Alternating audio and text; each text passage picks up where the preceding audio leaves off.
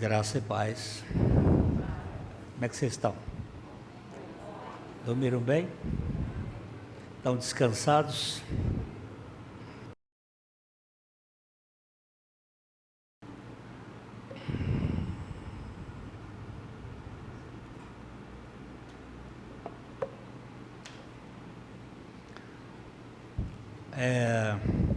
Vamos abrir a nossa Bíblia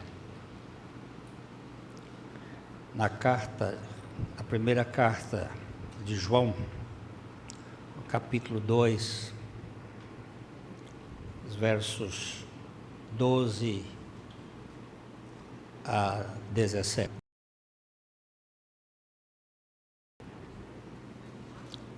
Filhinhos, perdão, é 15 a 17, desculpa, eu que errei. Não amem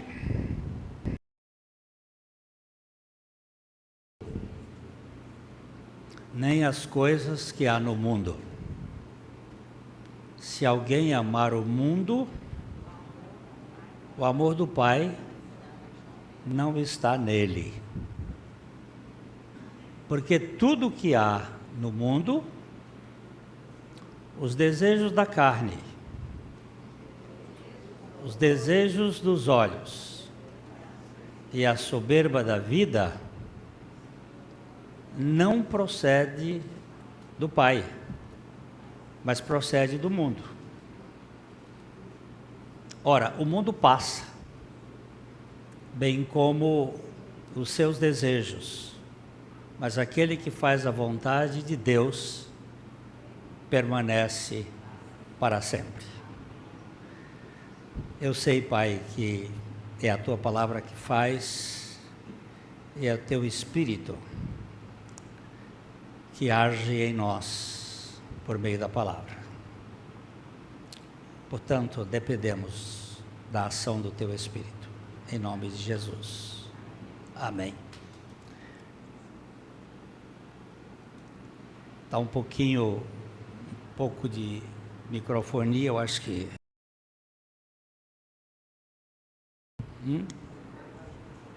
Ok. Nós temos vivido uma crise muito forte na ciência. Até um tempo atrás, a gente tinha mais confiança na ciência, tinha mais respeito.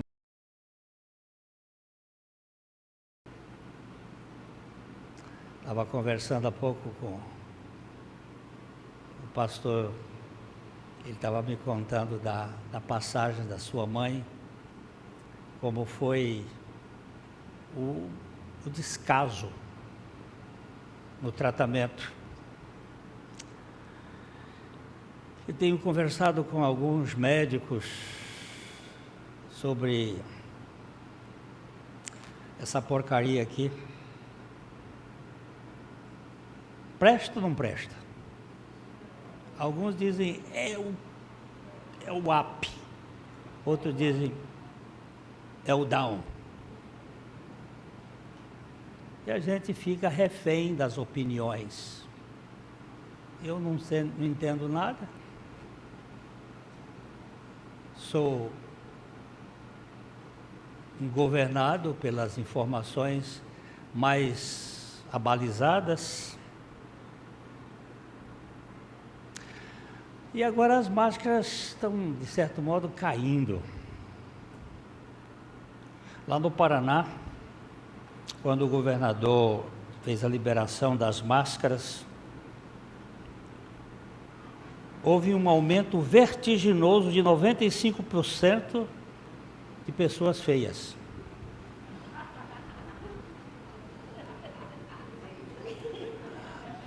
A máscara, ela esconde, né? E os feios aí aparecem na sua totalidade. Eu tinha uma moça lá na academia, eu olhava para ela e minha esposa dizia assim, que moça bonita, mas no dia que tirou a máscara, coitadinha, É praticamente impossível para a maioria de nós imaginar que um ser bonito demais pode ser algo negativo, a ponto de prejudicar vários aspectos da vida de alguém.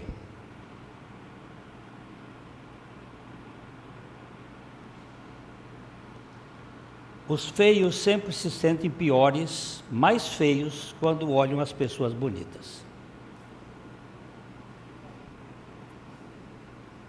Uma vez eu tive com um grupo de suecos, mas o povo bonito. E eu me olhava no espelho e dizia assim, meu Deus, e eu nesse meio aqui, como eu sou feio? A beleza, ela nos impacta quando nós somos muito feios. Tim Keller, um escritor, eu gosto muito dele. Tim Keller diz, quanto mais bonita uma pessoa é, mais feias as outras pessoas se sentem perto dela.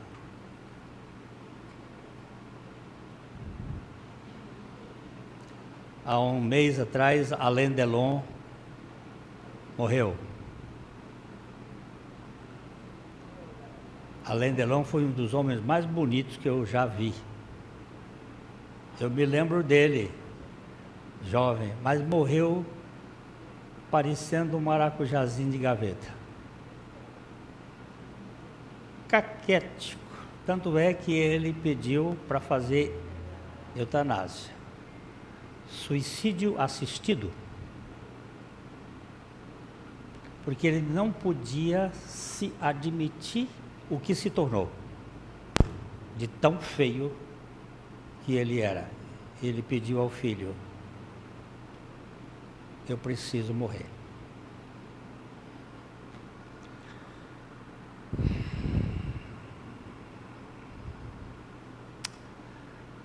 Em outras palavras, quando vemos algo muito bonito, nós enxergamos. Não há nenhuma outra maneira de enxergar o quanto somos realmente pecadores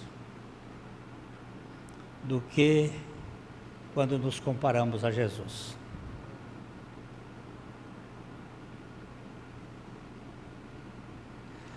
Nós temos a tendência de nos comparar com os outros pecadores. Aí a gente assim, ele é...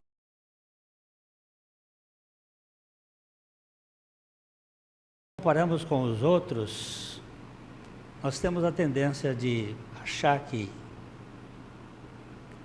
há alguma coisa em nós melhor.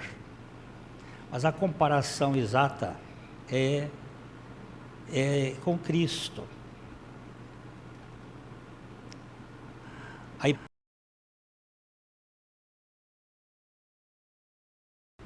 A fealdade do nosso ser.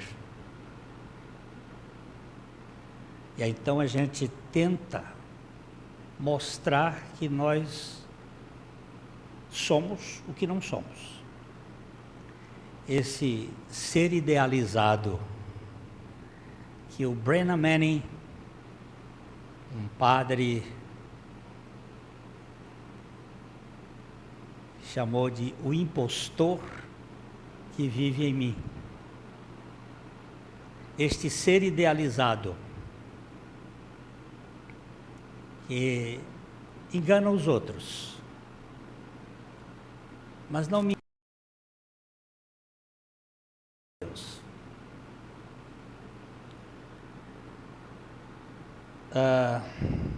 Mas não podemos melhorar quem somos de fato quando estas máscaras da hipocrisia religiosa não forem tiradas. Nós precisamos ser removidos dessa casca. Nós só podemos ser quem somos de modo adequado se formos revestidos de Cristo. Gálatas 3, 20 e 6 e 27.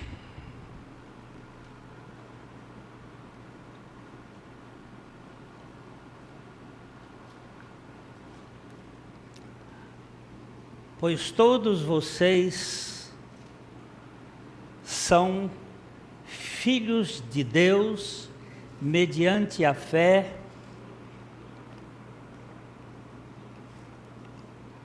em Cristo Jesus.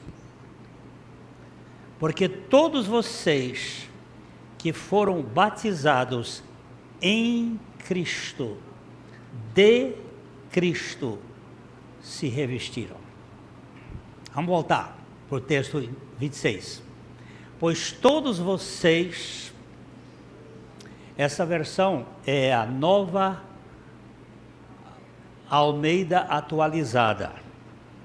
Ela tira um pouco aquela ideia mais clássica de tradução e procura tornar a tradução mais compatível com o dia a dia de nós. Ele diz: pois todos vocês são filhos de Deus mediante a fé em Cristo Jesus. É interessante olhar, primeiro, que a fé não é um atributo de Adão, não é uma qualidade do homem natural.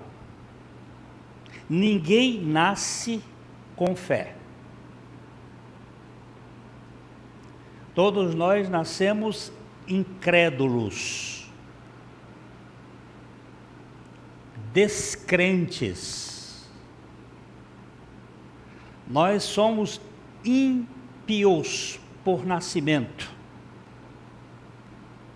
E a fé é um dom de Deus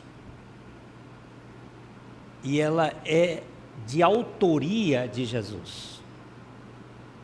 Jesus é o autor e é o consumador da fé.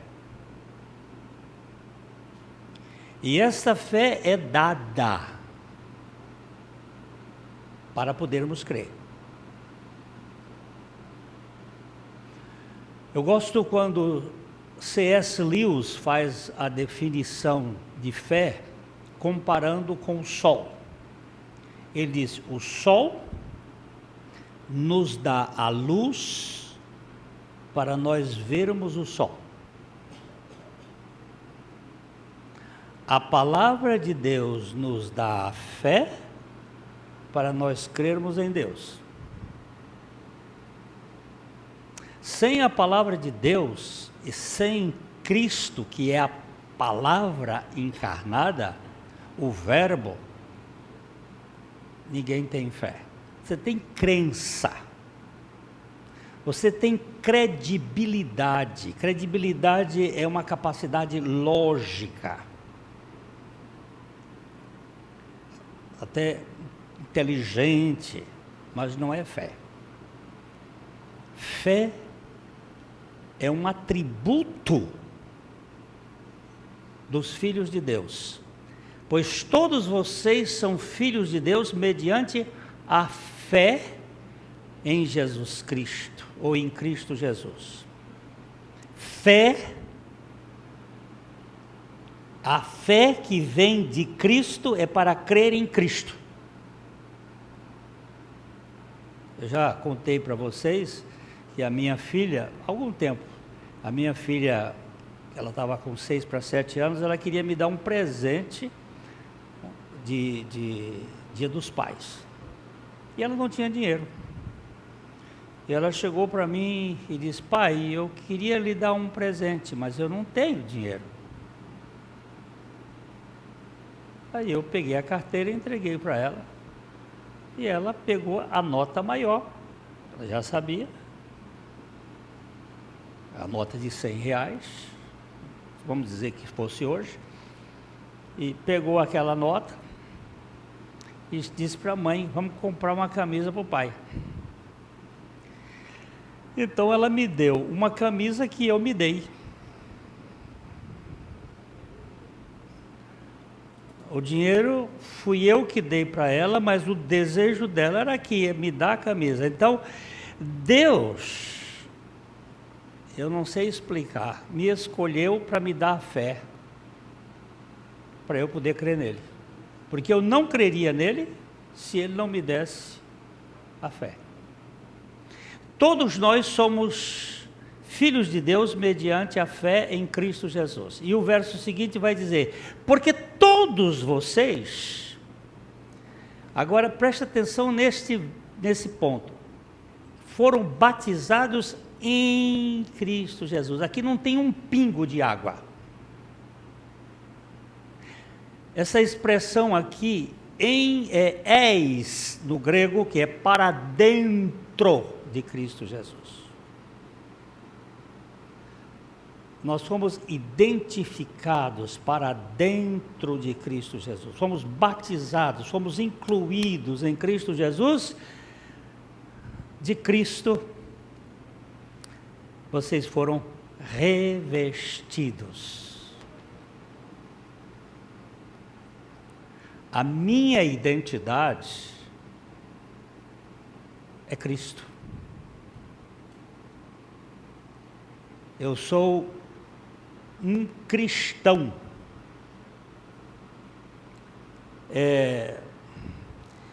Numa chocolateira a gente põe chocolate, né?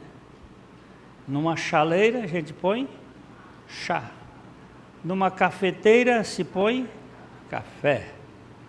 Numa cristaleira se põe cristal. E num cristão? Cristo. Cristo. E esse revestimento de Cristo é interessante.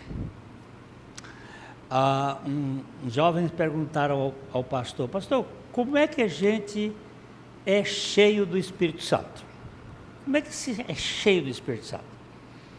O pastor pegou 3 peneiras, eram 3 jovens, e deu para eles, e disse: vão lá no rio e encham essas peneiras de água.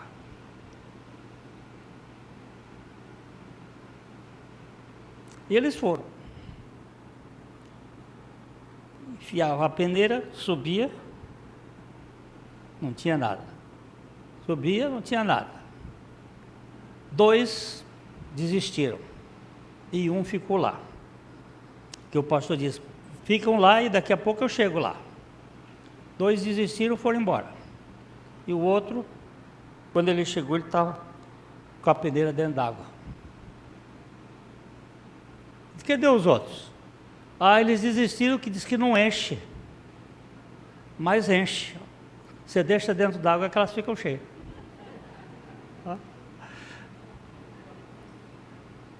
Talvez por isso a grande maioria desiste, porque ele não entende. Cheio do Espírito Santo é dentro dele. Revestido de Cristo é dentro dele. A nossa identidade é Cristo. Agora, João está escrevendo aqui, vamos voltar para o nosso texto de João, 1 João capítulo 2, 15 a 17, ele diz: não amem o mundo, nem as coisas que há no mundo. Se alguém amar o mundo, o amor do Pai não está nele. Mas eu estou no mundo, como é que eu não vou amar o mundo? Como é que eu vou ficar no mundo sem amar o mundo? Como é que é isso? Porque tudo que há no mundo, aí ele levanta 3 aspectos: desejo da carne, desejo dos olhos, soberba da vida. Isso tudo não procede do Pai, mas procede do mundo. E o mundo passa, bem como os seus desejos, mas aquele que faz a vontade de Deus permanece para sempre. Nós temos aqui uma forte advertência contra o mundo e todos os seus falsos caminhos. Talvez seja que isso seja dirigido principalmente aos jovens, para quem o mundo muitas vezes tem uma atração especial. Mas é um aviso que se aplica a todo o povo do Senhor, tanto os pais, como os filhos, como os filhinhos, como João vai dizendo. Nós não podemos tirar a nossa identidade do mundo. Eu ia daqui de Teresina há uns anos, lá para Londrina, e meu avião desceu em Goiânia. E lá entrou uma moça, sentou do meu lado. Eu estava na janela, ela ficou no meio, tinha um outro passageiro. E eu estava lendo um livro e eu vi que ela estava querendo pescar meu livro aqui, que eu estava lendo. Aí eu peguei e fiz assim. Aí nós começamos a conversar. Ela disse: o que o senhor está lendo? Eu digo: eu estou lendo um livro de um sociólogo aqui de Campinas.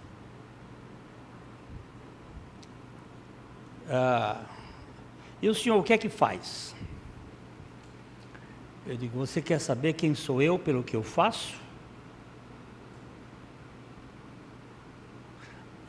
Qual é o seu trabalho? Eu tenho tanta coisa que eu faço, que eu nem sei o que eu faço realmente. Mas não é o que eu faço que me diz quem eu sou. O senhor é filósofo?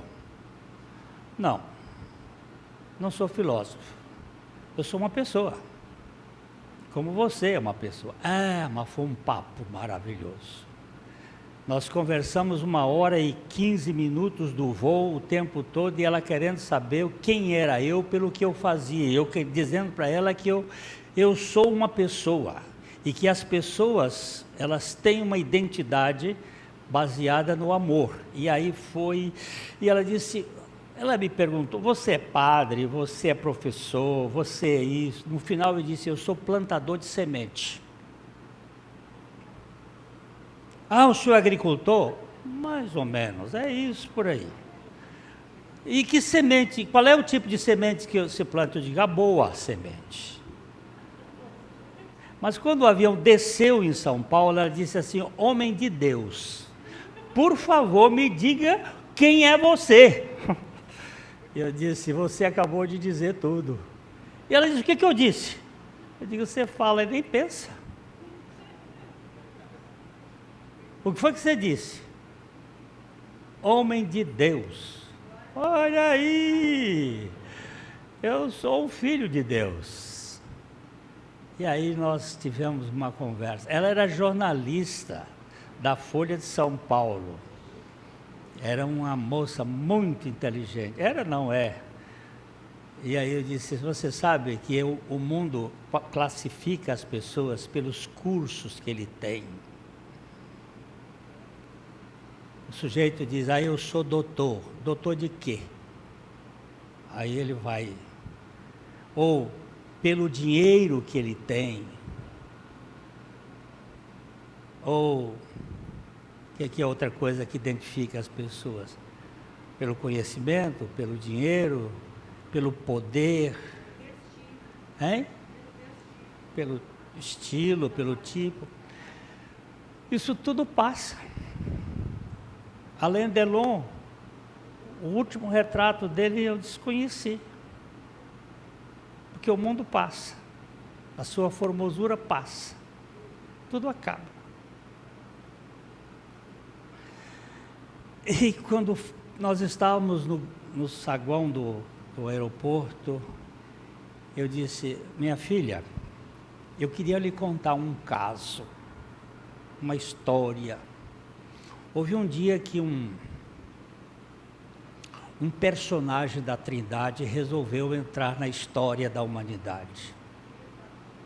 E ele entrou, assumiu uma carne parecida com a nossa, e ele fez uma obra, e aí comecei a pregar o Evangelho para Marília, e ali no meio daquele aeroporto, ela disse: eu recebo esse Jesus.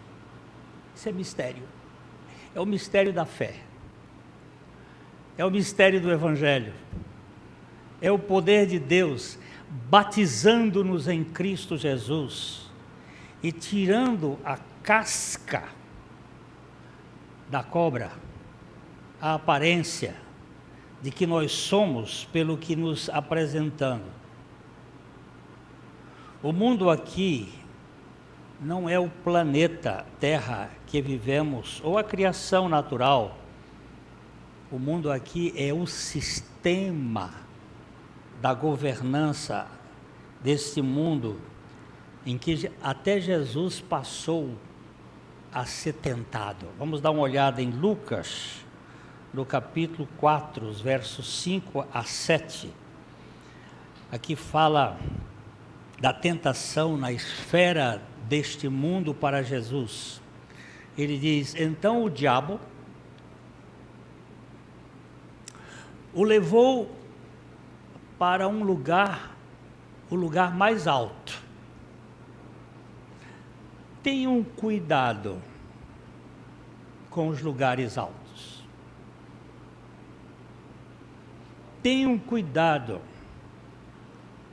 com as elevações, elas são perigosas. O sujeito que cai na praia, ele não tem para onde, ele cai baixo. A praia é o lugar baixo, não machuca muito. Mas quando você tem uma importância, quando você tem uma elevação, quando você quer ser reconhecido, você está num lugar perigoso.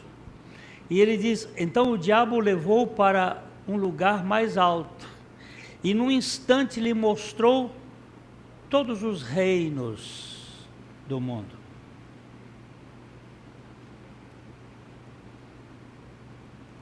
E aí, e disse-lhe: eu lhe darei todo este poder e a glória destes reinos, porque isto me foi entregue e eu posso dar a quem eu quiser. Portanto, se você me adorar, tudo isso será seu.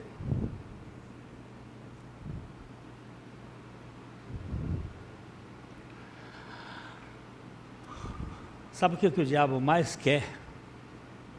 Adoração. Ele dá qualquer coisa para você, para que ele seja adorado. Aqui nós temos a grande alavanca para a destruição de qualquer pessoa. Vamos só dar uma voltinha aqui, olha aqui. Baixa um pouquinho mais o 5. O diabo... Como foi que o diabo tentou Jesus? Como ele tenta você e eu. Este lugar aqui alto que ele levou, eu não creio que foi um transplante de Jesus para o Everest. Foi dentro da sua própria alma. O diabo nos tentou a Jesus da mesma maneira que ele nos tenta, com uma ideia de grandeza, com uma ideia de nós termos tudo deste mundo que vai satisfazer, mas nada deste mundo vai satisfazer a nossa alma, nada, porque tudo passa, tudo vai passar. E mostrou os reinos do mundo e disse: tudo te darei se prostrado me adorares.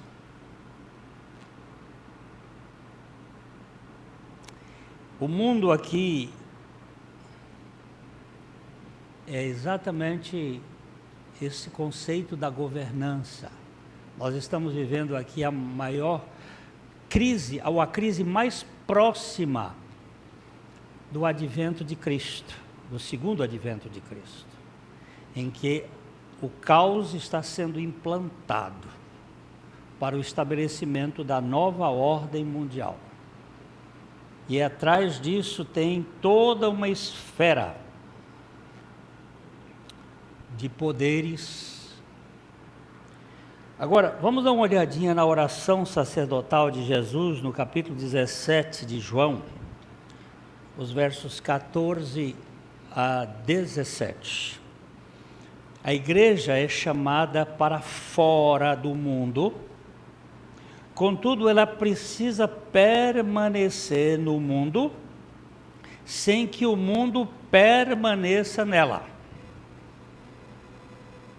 Está no mundo,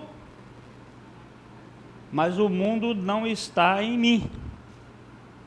Como que isso acontece? Eu lhes tenho dado a tua palavra, e o mundo os odiou, porque eles não são do mundo, como eu também não sou. Não peço que os tires do mundo, mas que os guardes do mal. Eles não são do mundo, como eu também não sou.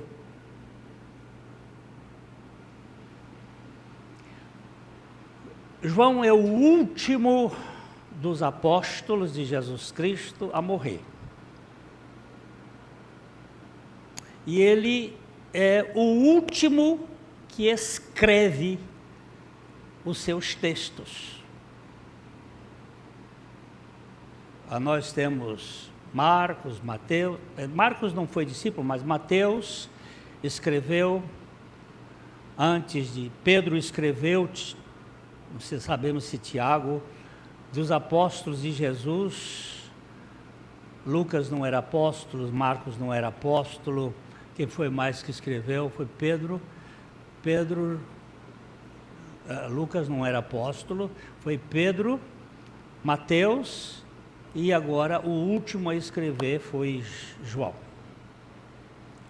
E João, ele tem uma coisa muito interessante. A gente pegar os 4 evangelhos, cada evangelho tem uma perspectiva. Mateus é escrito por um judeu, para o povo judeu, e que tem como finalidade mostrar ao povo judeu que Jesus é o rei. É isso que está lá no livro de Mateus. Que Jesus é o rei, que ele veio com o reino. Marcos, ele é um judeu de mentalidade romana. E ele escreve para os romanos, para mostrar aos romanos que Jesus era o servo, porque Roma estava sob o governo de César. E ele diz assim: pois o nosso rei é servo. Lucas era um grego e escreve para gregos. Talvez esse senhor Teófilo seja qualquer amante de Deus, porque Teófilo significa amante ou amigo de Deus. Pode ser um personagem ou pode ser todos os amigos de Deus, como você e eu. E ele escreveu mostrando que Jesus era o Filho do homem. E João escreve para o mundo, com a mentalidade cristã, não de judeu, nem de romano, nem de grego, mas com a mentalidade de que Jesus, ele é o Filho de Deus, que veio libertar os homens da tirania do mundo, da governança do mundo, para que este povo viva com mais leveza, com mais simplicidade, sem muita preocupação. E Jesus aqui, João é o evangelista que mais usa a palavra mundo. Das quase 120 vezes que aparece a palavra mundo no Novo Testamento, João usa 80 e poucas, o resto são os outros. E ele usa a palavra mundo com 10 sentidos diferentes.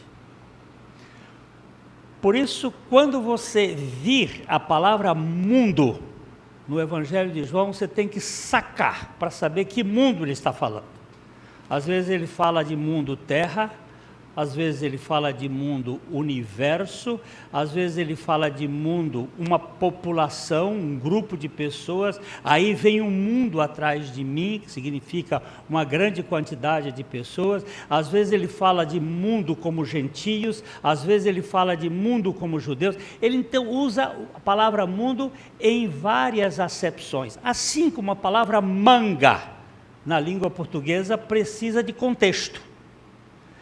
Eu comi uma manga maravilhosa e depois limpei a minha boca na manga, mas caiu uma manga que molhou todo mundo. Eu aqui usei as 3 palavras manga e você sabe o que foi que eu disse. Eu comi uma manga, depois limpei a boca na manga e tomei uma chuva maravilhosa que... E aí você vai a manga de candeeiro e depois levou uma surra de manga de como é que chama? Mangueira, e aí você vai usar a palavra e precisa de contexto. Então, o mundo precisa de contexto. Se a gente não lê o contexto, vai comer gato por lebre. Mas o que ele está dizendo? Olha, eles não são do mundo. Que mundo que não era? Porque do Senhor é a terra e a sua plenitude, o mundo e os que nele habitam. Olha, esse lá do Salmo, o mundo é dele. Porque Deus amou o mundo de tal maneira que deu o seu Filho unigênito, para que todo aquele que nele crê. Que mundo é este? Eu não oro por estes, não oro pelo mundo, mas por aqueles que hão de crer. Olha, que mundo é esse? Ele morreu pelo mundo, mas não ora pelo mundo. Que mundo são esses? Se nós não soubermos o contexto, nós vamos ficar aí dizendo besteira a cada dia. Mas quando ele diz aqui, eles não são do mundo, como eu também não sou do mundo, é esse sistema que está governando. E nós damos crédito a ele. Quando o mundo diz uma coisa que não tem validade. Eu não tenho medo não, viu? Essa vacina serve para quê?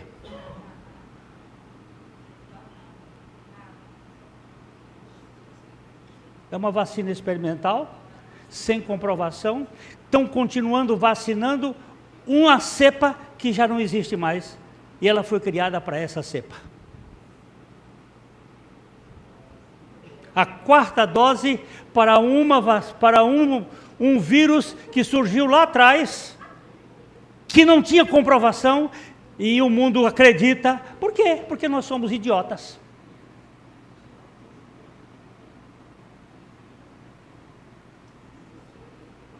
Mas o senhor não pode falar isso. Pois é. Não pode. Não pode. Mas eu fico com a minha Bíblia. Eu não vou adorar o mundo, nem as coisas que há no mundo. O apóstolo João, em seus escritos, ele está chamando a atenção para um povo. Ele fala da glória humana. Jesus foi tentado nesta glória, como nós vimos, e este mundo jaz onde? No maligno. Darwin, quem era Darwin?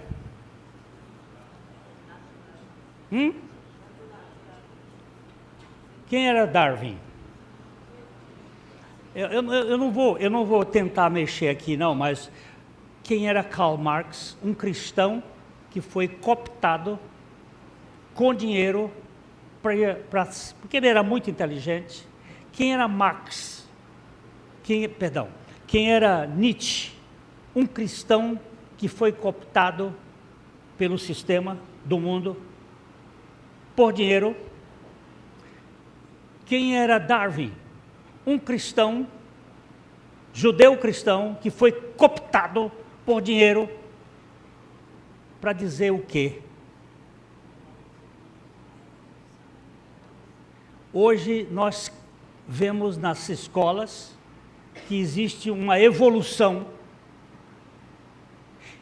não comprovada, não científica, não existe qualquer evidência científica, que ciência precisa de comprovação, e o povo crê, acredita, que o homem veio do macaco, que veio de uma ameba.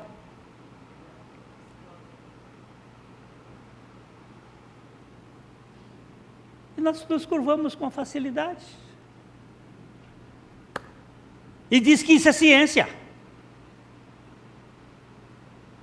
Qual é a evidência científica? Me mostra. Eu vou me curvar.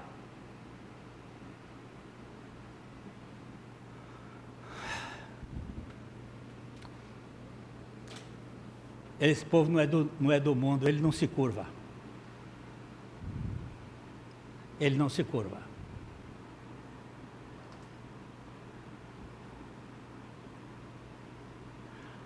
Alguém definiu o mundo como uma sociedade humana na medida em que é organizada com base em princípios errados e caracterizada pelos desejos básicos, falsos valores e egoísmo. Esse é o mundo. E nós damos crédito. Não. Vamos embora de novo. 1 João 2, 15 e 16. Agora só os 2 primeiros versículos.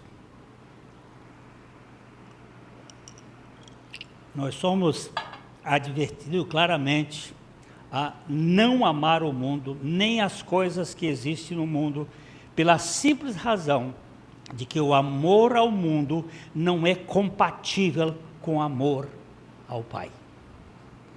Não amem o mundo, nem as coisas que há no mundo. Se alguém amar o mundo, o amor do Pai não está nele. Porque tudo que há no mundo, e aí as 3 coisas, desejos de carne, desejos dos olhos, soberba da vida, não procede do Pai. Não procede do Pai. 3 palavras precisam de uma avaliação por nós aqui. A palavra adorar, a palavra amar e a palavra apreciar ou gostar. Às vezes a gente faz um bolo, aí eu disse, eu adoro bolo de chocolate. Meu amigo, você está usando a palavra errada. Isso é a cultura do mundo. Eu amo sorvete. Meu Deus do céu. O que é isso? Eu gosto de sorvete. Principalmente sorvete de bacuri. Pensa numa coisa que é boa. Eu gosto de sorvete. Eu amo gente. Eu não amo cachorro. Eu não amo gato. Eu gosto de gato.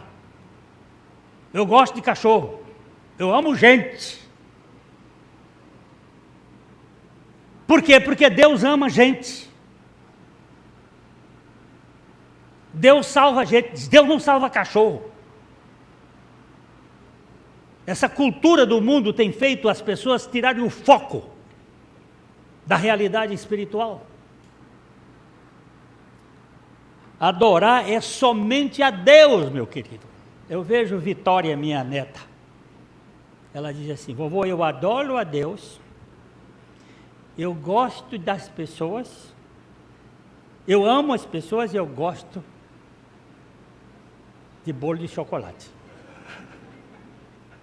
Ela está aprendendo que é isso que nós temos que fazer. Gostar é de coisas, é de animais, é de cavalo. Eu gosto de cavalo. Mas eu não amo cavalo. Porque amor precisa de reciprocidade inteligente, sentimental, volitiva.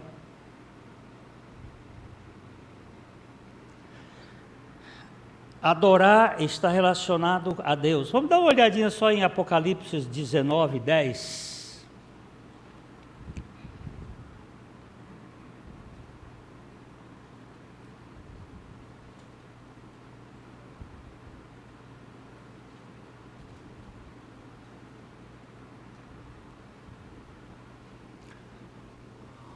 Prostrei-me diante dos seus pés para adorá-lo. É o anjo. João, estava na ilha de Patmos. Eu vou lembrar uma coisa aqui, porque João me apaixona, sabe? Eu tenho uma paixão por este homem, porque uma das coisas que aconteceu com o João é que ele foi para Roma, e lá Domiciano resolveu matá-lo. Os outros todos já estavam mortos. Isso não está na Bíblia, isso é narrado por alguns dos pais da igreja a respeito dele. Policarpo mesmo fala sobre este fato. E que ele teria sido jogado dentro de um tonel de azeite fervendo. Assim como Sadraque, Mesaque e Abdenego foram jogados na fornalha ardente e saíram ilesos, ele foi jogado dentro da coisa, e quando ele saiu, não tinha fogo, não tinha queimado na pele. Por isso que ele foi mandado para a ilha de Patmos, para ser isolado, para morrer lá. E lá ele viu o Senhor, e o Apocalipse, que é um livro maravilhoso, que conta a história da igreja e a história do retorno. Ele diante do anjo, ele prostrou-se para adorá-lo, e o anjo, porém, lhe disse: não faças isso. Eu sou servo de Deus, assim como são você e os seus irmãos, que guardam o testemunho de Jesus. Adore a Deus, pois o testemunho de Jesus é o espírito da profecia. A quem você adora? Então nunca mais diga eu adoro tal ou qual coisa. Quando você diz isso, é a cultura do mundo que está tomando conta da sua vida. Nós fomos chamados para amar as pessoas. Vamos dar uma olhadinha em Marcos capítulo 12, verso 30 e 31. Amarás, pois, ame o Senhor, seu Deus, de todo o coração, porque Deus é pessoa.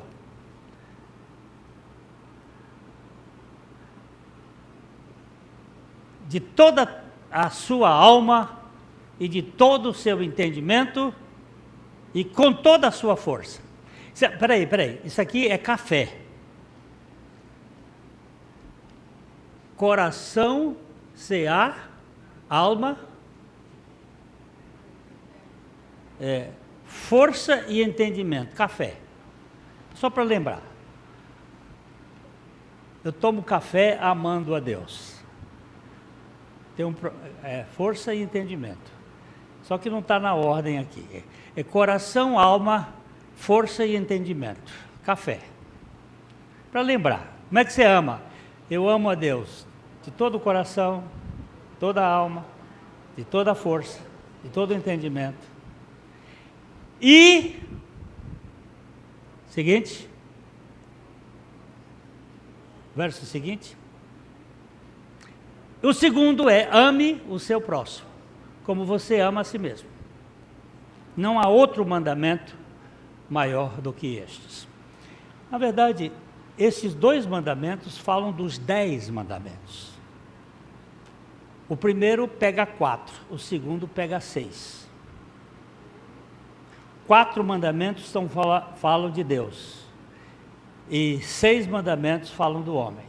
Se você ama a Deus e ama o próximo, você cumpre os 10 mandamentos. Simples assim.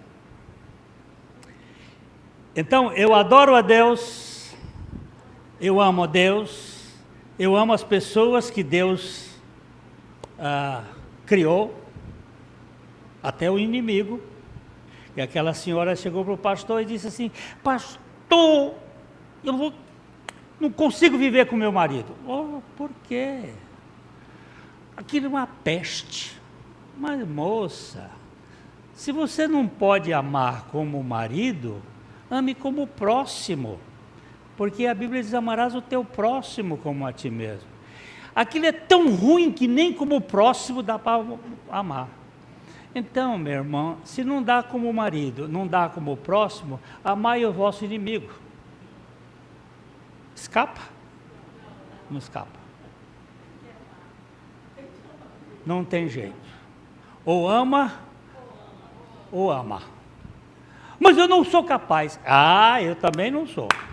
Por isso que ele derrama no meu coração o amor pelo Espírito Santo que nos foi dado.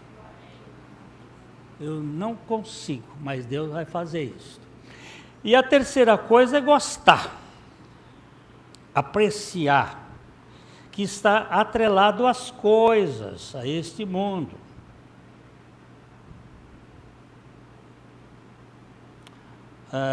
Vamos dar uma olhadinha aqui em Gênesis 27, 9,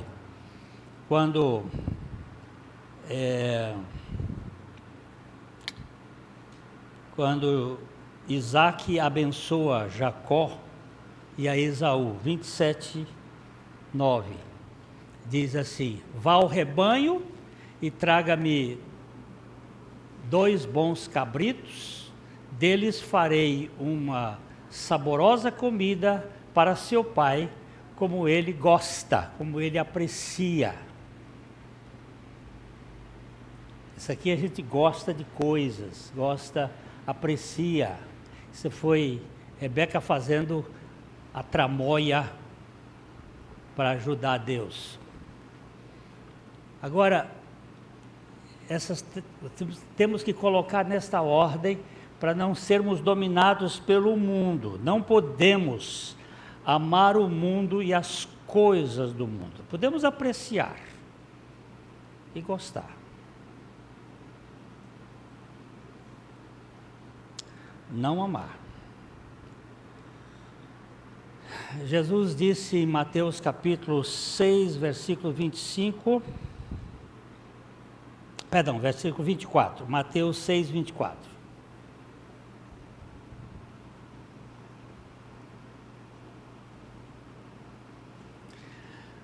Ninguém pode servir a 2 senhores, porque ou irá odiar um e amar o outro, ou irá se dedicar a um e desprezar o outro. Você não pode servir a Deus e as riquezas. Não pode. O dinheiro no bolso pode ser útil. O dinheiro no coração, ou ele domina. A gente sabe quando é dominado pelo dinheiro, ou quando a gente domina o dinheiro. O Senhor pode estar no centro, nunca o dinheiro.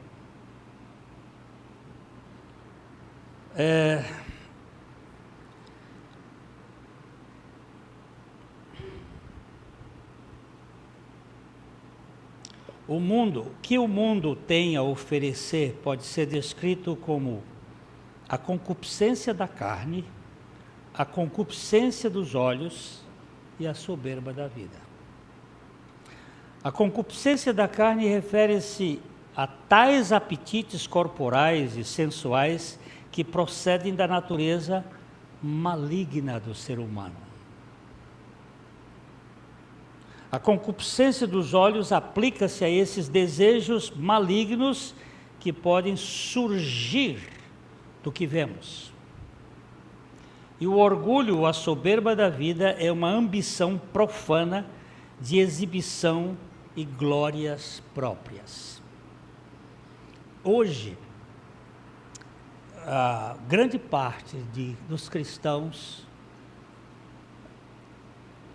tem o seu entretenimento na televisão.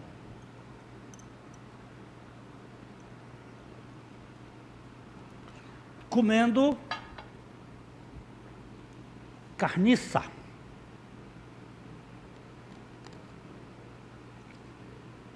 Aquilo que é preparado nas fornalhas do inferno. E nós, ali passivos, sentados, assistindo essa porcaria.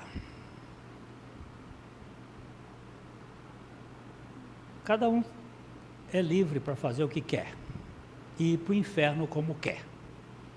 Mas nós cristãos temos que avaliar o que estamos colocando diante dos nossos olhos. Em 2018, o Senhor me chamou a atenção. O tempo que eu tenho lidado aqui na Terra é para você ser testemunha da minha pessoa e para se alimentar daquilo que vem do prato, vem da cozinha celestial. Não é para comer essas porcarias para matar o tempo. Nós não temos que matar tempo, nós temos que remir o tempo, porque os dias são maus. Aliás, o Otmani me deu uma lição maravilhosa. Ele estava viajando de uma cidade na China para outra cidade, e quando ele entrou no vagão, na cabine, tinham 3 homens sentados, e aqueles homens disseram para ele assim: "Oh, que bom que chegou um quarto aqui, e nós pudemos jogar uma partida de pôquer durante essa viagem de 4 horas, a gente vai matar o tempo." E o Otmani disse: "Infelizmente, eu não posso jogar porque eu não tenho mãos." Eles olharam para o Otmani com as mãos ali, e disse: "Como você não tem mãos? E essas mãos?" Ele disse: "Essas não são minhas. Essas mãos são de Cristo." E durante 4 horas, o Otmani falou de Cristo para aqueles 3 homens. E desceram 3 crentes em Jesus Cristo junto com o Otmani. Porque ele não matou o tempo, ele remiu o tempo. Nós temos tantas oportunidades para ser úteis neste mundo, para anunciar o Evangelho, para cuidar de pessoas, para ser bênçãos para as pessoas.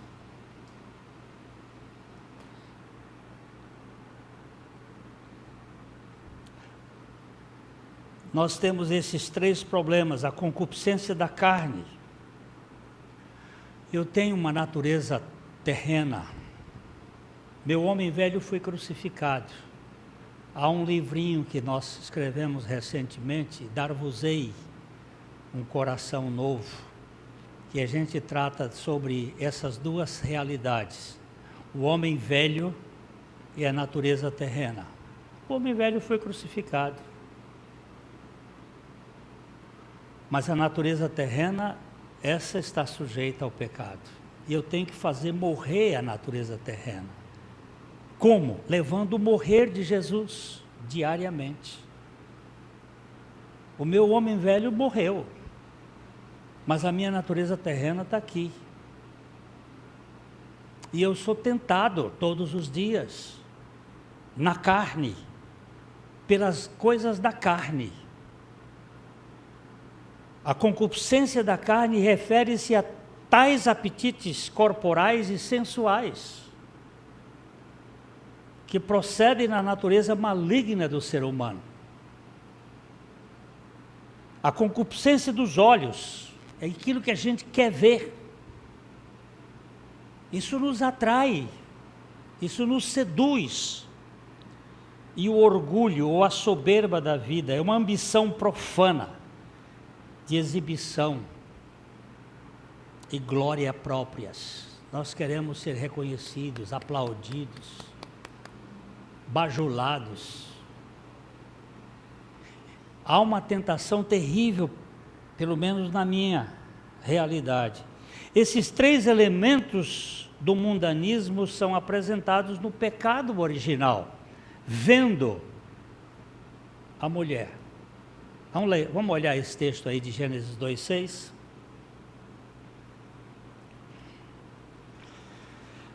Já deu 1 hora, mas eu vou terminar um pouquinho aqui, aí a gente para, viu? Mas Gênesis 2, não 3, é 3:6. Eu botei 2:6, mas é 3:6. Vendo a mulher que a árvore era boa para se comer. Preste bem atenção neste vendo. Isto aqui é um gerúndio. Isto aqui é um presente contínuo. Essa ideia de vendo, vendo, vendo, vendo, não é viu, é vendo. Aquilo vai, vendo a mulher que a árvore era boa para se comer, agradável aos olhos e desejável para dar entendimento, concupiscência da carne, concupiscência dos olhos, soberba da vida. Tomou do seu fruto, comeu, deu também ao paspalho do marido, e ele comeu.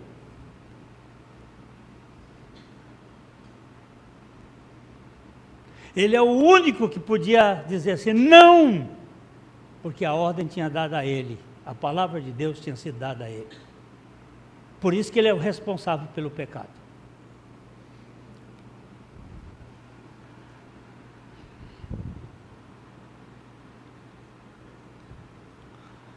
A árvore era boa para comer, a luxúria da carne, a árvore era agradável aos olhos, a luxúria dos olhos, a árvore era desejável para dar entendimento.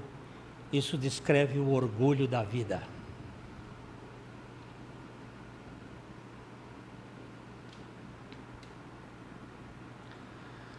Assim como o diabo se opõe a Cristo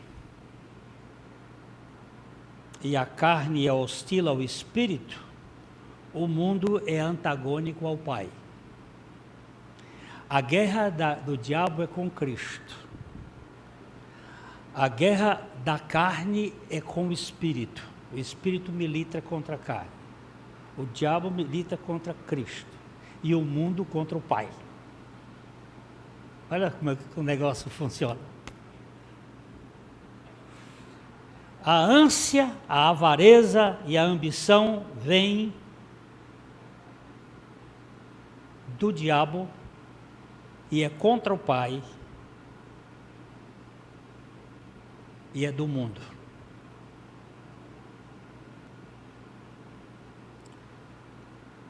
Ou seja, eles não procedem do Pai, mas encontram-se sua fonte no mundo. O mundanismo é o amor pelas coisas passageiras.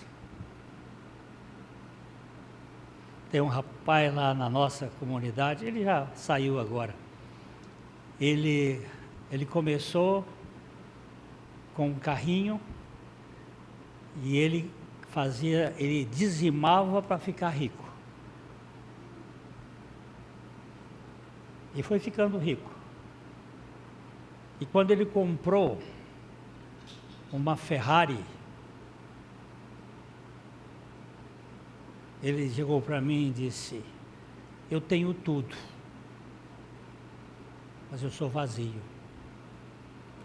Eu digo, você foi o maior negociante de dízimo que eu já vi. E o maior salafrário.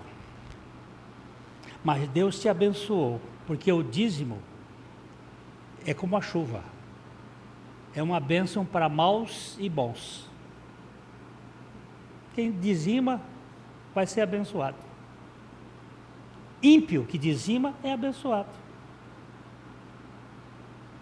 O dízimo não é da lei. O dízimo é do sacerdócio de Melquisedeque.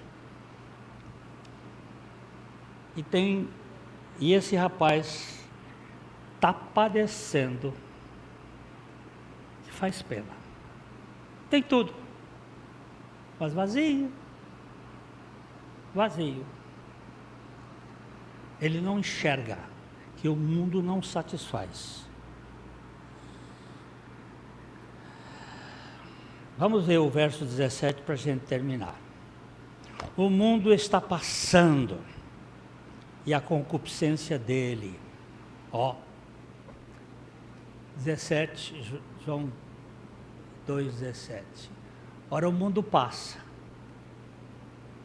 bem como os seus desejos, mas aquele que faz a vontade de Deus permanece para sempre. O mundo passa.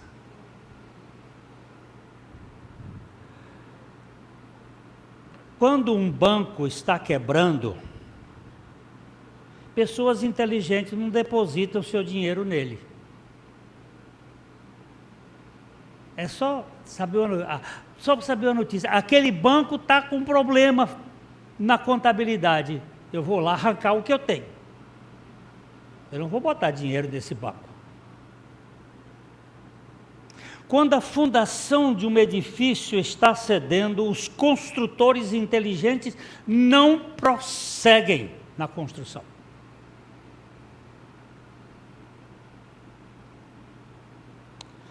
Concentrar-se neste mundo é como reorganizar as espreguiçadeiras do Titanic.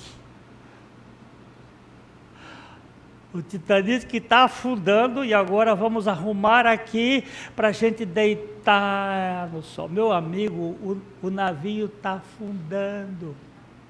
O mundo está passando. Onde você está buscando o seu lugar de segurança? Portanto, pessoas sábias não vivem para o mundo que está passando.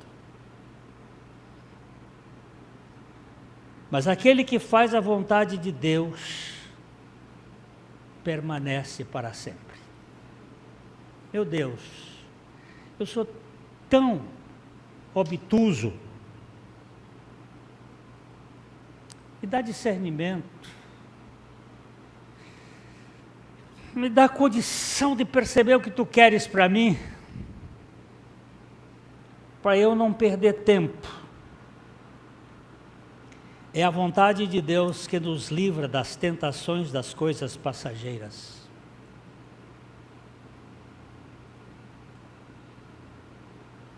Perdi tudo, mas não perdi nada que era eterno.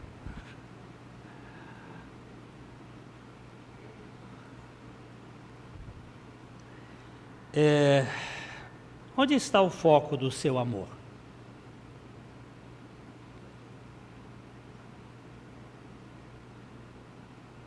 Onde está o foco do seu amor? No mundo ou no Senhor? Pense nisso. Leve isso em consideração. Fala com Ele. Tenha intimidade com Ele.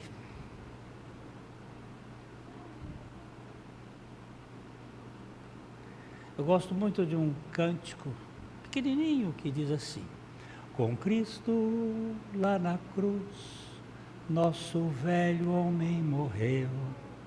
Com Cristo lá da tumba, novo homem renasceu.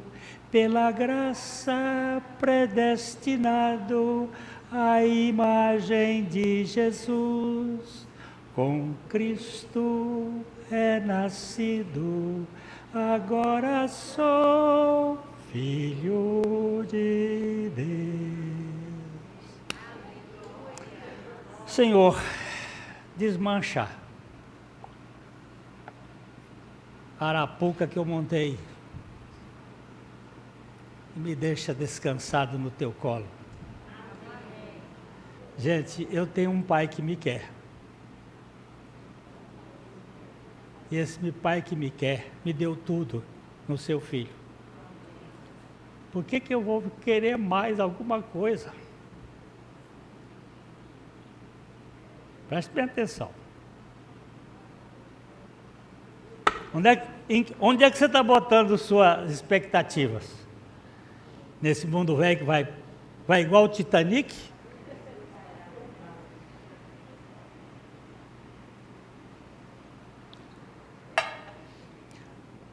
Constrói muito baixo quem constrói nesse mundo.